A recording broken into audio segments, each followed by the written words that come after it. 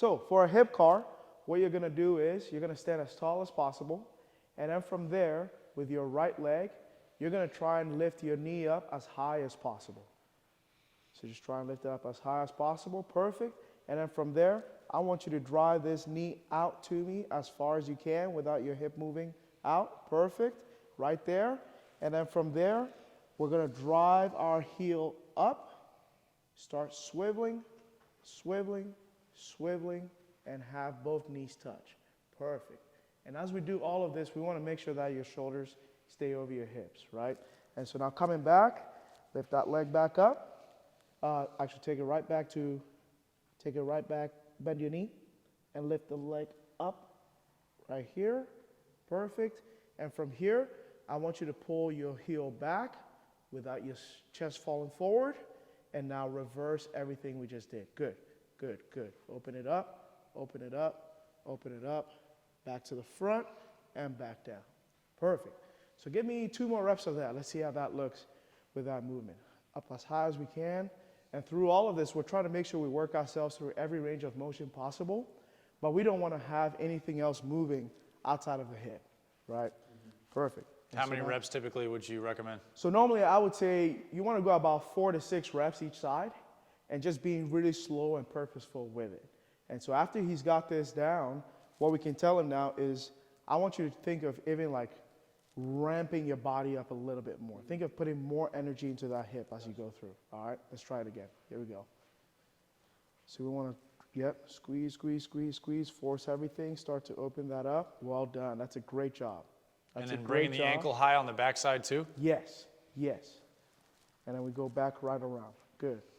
Up. So come back here to the knees. So when you start this movement, think of your heel driving you back. Good. And now we can start to open. Open up through the hip. Good. Here and back down. Perfect. And everybody's hip car is going to look different, right? Because we all have different ranges of motion within our hip. But within this movement, as you start to move within your own, like I've done this so many times now that for me, I know where my sticky points are. Yeah. So like I can get up here, I can open up, and I know this is where I got. Yeah. And then we start to just work through our own ranges of motion, and it will get smoother over time. So that's one way to do it, just standing. If you mind, I'll give him one more. Yeah. Just kneeling. Jackson, you're going to have all 4, so you're going to put your hands and your knees down. Biggest thing when you do this one, I personally love this one because when you're standing, there's too much degrees of freedom, which ends up making it very difficult for people. So in the quadruped one, biggest one is you want to make sure that the back stays exactly where it is, nice and flat. And now we're going to start the same thing all over again. So this time we're going to work your left leg. So what you're going to do is you're going to take your left leg off the ground, right there. And then we're going to start by you driving your knee out. Perfect. And as we do this, we want to make sure that the back stays tight. And now from here, you're going to rotate that ankle out, bring it around. Perfect. And then you bring it back down. And then from there, we reverse the whole movement back. So we come up, heel up to the sky. What I tell guys here is think of being like a dog peeing on the grass, and then you come back down. Is there a certain time protocol where you want to stay within a certain range? So immediately you feel that's a good question. When you're coming out with your knee, if you feel your back is starting to round, you've gone a little too far in your range of motion. So you want to be able to, when you do it, you'll find a sticking point. And then from there, every range of motion that you move through with the body, you'll find that sticking point where it's like, okay, I've gone to where I can maximally move to, and then it will take you right to And I'm the saying next one. even time-wise, like 10 seconds, 8 seconds, you want to go slow? Like what's the time range? So there's really no time range. It's really what we say is slow is best. Okay. So that you can able to find each range of motion and discover each range of motion within yourself. So one of the things that I'll do, like even for Jackson right now, is when you do this, close your eyes. And the reason why we do that is we take out the sense of the outside, and they can really now be honed in on what their body feels like, right? So Jackson, here we go. So we're going to take it in, good, out, yep, start to rotate, perfect. Trying to stay as flat as possible with the low back. Exactly. Exactly. So the back is staying flat here. He's going to push up. He's going to start peeing on the grass. And notice how he's staying pretty tight right here, and the hip just starts to learn how to move. What are markers of range of motion that you want to see?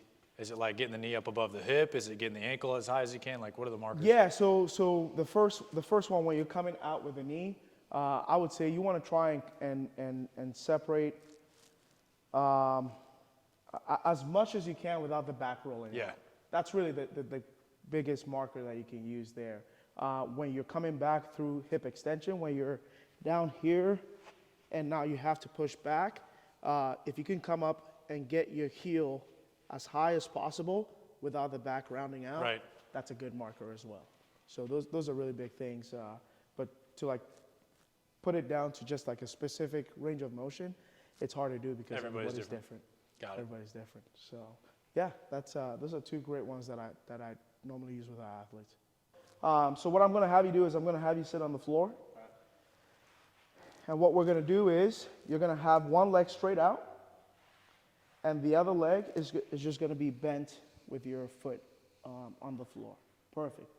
And then from here, it's better if I just do it with you. What you're going to do is, so you have your left leg out. What you're going to do is you're going to grab your left arm and put it underneath. And then you're going to grab your right arm and put it in front of the shin. And then use your left arm to grab your right arm. Like that, yeah. So the reason why we do this, we call this a chokehold of the shin. And the reason why is because when we can do this, we then omit the knee and the shin getting involved in this, right? So from here, what you're going to do, Jackson, you're going to take your leg off the ground. Normally shoes on, shoes off, doesn't matter? So ideally, I would like people to do it with shoes off. Yeah. Just so that you can see what's happening with the ankle when it goes Yeah. through. But depending on where you are at, like Yeah. shoes on is also fine. Yeah. Perfect. And so we're going to wrap, we're going to hold, perfect. And then from here, the cues that I give guys as we're doing this is this. Jackson, you're going to get off the gas pedal. So push, get off the gas pedal as high as you can. And then from there, I want you to move, push with your big toe in as much as you can. Good, good, good. And now get down on the gas pedal all the way. Now push through the little toe out as much as you can. Keep coming, keep coming, keep coming, keep coming. And then get, yes, perfect. Right, so we want to try and make this as smooth as possible, making sure we get down and off the gas pedal.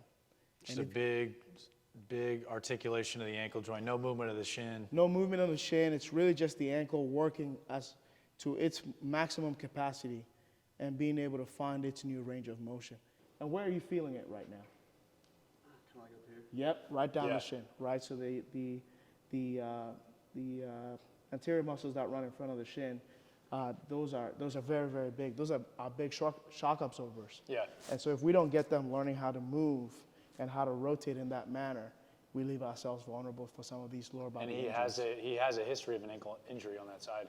And so now we see it, right? Now we see it within the way he moves, because if you look at mine, and mine is not anything better, but for me, I can say here, I can pull, I'm pulling in towards my big toe, and I can rotate all the way out. Yeah. Right. So that's where we start to see it within some of these mobility exercises. Being able to take simple exercises like this, we're working on his mobility, but now I can also assess where he's at, and now knowing that, it explains why he has that range of motion there. Right. So, yeah, another great one to put in. And this one, I would go, honestly, like 10 reps. Just 10 reps going each way. Really, really good. And can be put in at the beginning of the session or at a cool down. Weekly, daily? Every damn day. That's one thing that, Dr. Spina always says.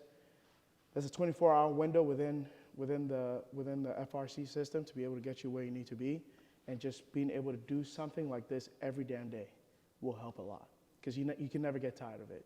And you can increase the intensity on how you push, and then it ends up becoming a mobility and strength within the same thing. Got it. Anything in regards to upper extremity, shoulder, anything Absolutely. like that? And we Yeah. can do maybe one to finish out with? Yeah, for Cool. sure, for sure. So we're gonna go through a shoulder car. Yeah, okay. So Jackson, I'll have you stand up. So this one takes a little bit of time to be able to understand. And what I'm going to have you do is I'm going to have you face the mirror because it'll help provide a little bit of feedback. And so the first thing we're going to do is with your left arm, you're going to create a fist. Okay? And then from there, I want you to think of the outside world as a weight, like a 45-pound weight, right? And I want you to create like 20 to 30% of effort that you would use to push through that weight, okay? Then from there, with the other arm, I want it straight up. I want you to turn your thumb out as far as possible. Perfect. And then from there, with your palm open, you're gonna reach up through the sky. And when you get to your ear, you're gonna stop. So keep coming, get up to your ear, keep coming, keep coming, keep coming. Perfect, right there, stop. So from there, I want you to now turn that palm away as far as possible. Good. And now you're going to use the palm to redirect your movement back. So you're going to be here, turn it, move that range of motion by having your palm take you all the way back. Good. Good. And we want this back side touching your side when you finish. Perfect. And then from there, I want you to now drive with your thumb back. And when you reach your final range of motion there, start to twist that arm forward. Start to twist it forward. Good, good, good. Up to the top. And then from here, open that palm back up. And I'll finish that movement all the way back down. Perfect. And so some of the things that we're looking for here, Lucas, when guys are doing this, let's do it again. Let's go 2 more reps. Is guys start to try and cheat their way through ranges of motion they don't have. So if you watch right there, stay right here. See how his chest is starting to open up? We're going to have him close this up, and I want you to reach up as high as possible. If you come and stand over here, his elbow should be by his ear. Yeah. But he doesn't have that range of motion, so that's why he's forcing himself there. And then as he starts to turn, watch what happens to this side of the body. I'm not even going to say anything. Good. Good, good, good, good, good, good, good. Keep coming, keep coming, keep coming, keep coming, keep coming, keep coming, keep coming. Good. And now drive with that thumb back. Watch what happens. Start to turn it. Right. See how this side of the body starts to open up? Yep. Right? So that's where we're starting to compensate for movements and ranges of motion we don't have. And so that's why for us, we love using the shoulder cars to be able to help get that range of motion back, relax, and try and get guys, how did that feel?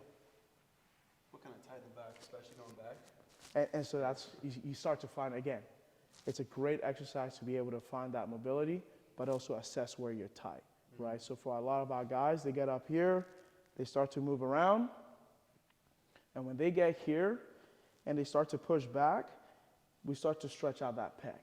So a lot of guys are so tight in their pec, they start to roll themselves out. So you get a really good pec stretch, and then as you start to open up, you stretch that front of the shoulder, come back around, and again, it's a mobility exercise, but also an assessment. And the athlete can now start to, within themselves, recognize where they have some of those sticky points in their body. Tricep is tight, lat is tight, because he can't get up to that ear. Small things like that to be able to help them assess where they are and work on other things to get them where they need to be. And you do this with pitchers and position players alike? Every player. In fact, I've done it with soccer players. Soccer players are the ones who think, oh, I don't need it. What? It's an upper body exercise. That's an upper body mobility exercise. And then when I explain to them that, having that mobility helps them with throw-ins, or for a goalkeeper who has to throw overhead so much, they need that exercise just like everybody else. But within baseball, every player that we have does that. Because we're throwing so much, we have to continue to get that range of motion back and get that thing moving. Cool. So start from palm down? So you start palm up, and then work around. So instead of coming straight, think of coming across your body. Good. Yep. Get up to the ear, and then start to turn the palm. So stay right there, and now reach up, and then turn that palm away as far as you can, and then start to turn around. Yep, yep, yep, yep, yep. Good. And so when you're here, you want this here, and then you start to push with that palm back as much as you can, and then start to rotate whenever you have. Feel that? Yeah, tight, Tight, tight, tight. tight, clicky. Yep. Yeah, and so it's ranges of motion that we just haven't had in a long time. And then when you're here, you just bring it right back down. In front? Yep. Yep. And so through this, you can just work through like different, like if you know, one of the things that we tell the guys is it doesn't have to be the same range of motion. So you can decide to go here, you can decide to go here, you can decide to start right down the middle, and even instead of trying to like force it here, just make it a little bit wider here. So that you start to get different parts of that shoulder girdle and that chest to open up. If it's really, really tight, it's do you super want to tight. do you want to try to push through that? No. So you Okay. work, so that's a great question actually. That's one of the things that we tell guys is work through what you got and everything else will open up from there. So if you try and force yourself, you know, into a range of motion that's not there, that's when you start to see the compensation. And so you're teaching your body movement mechanics that it should not be doing. Dysfunctional patterns. Exactly. Like if a guy's got like a cemented joint, Yeah. then he can only has a certain range of motion. You're not going to try to like grind through it. Exactly. You don't want to try and grind through it. So, like for example, early like guys who have shoulder surgeries early on, sometimes their shoulder core is just this. Whatever they can do without pain, Yeah. without any type of discomfort, that's what we work with. And then over time, we can start to open it up, and we get ourselves then back to full range of motion. So that's a really, really good question, and I think that's why we're talking about in the hip car. It even starts with just work with what you got. And if you do it every day, consistently, with asking 4 to 5 reps, you can do that right after practice. It's going to show improvements in no time. So, yeah. Yeah, cool. Thank you. Thank you.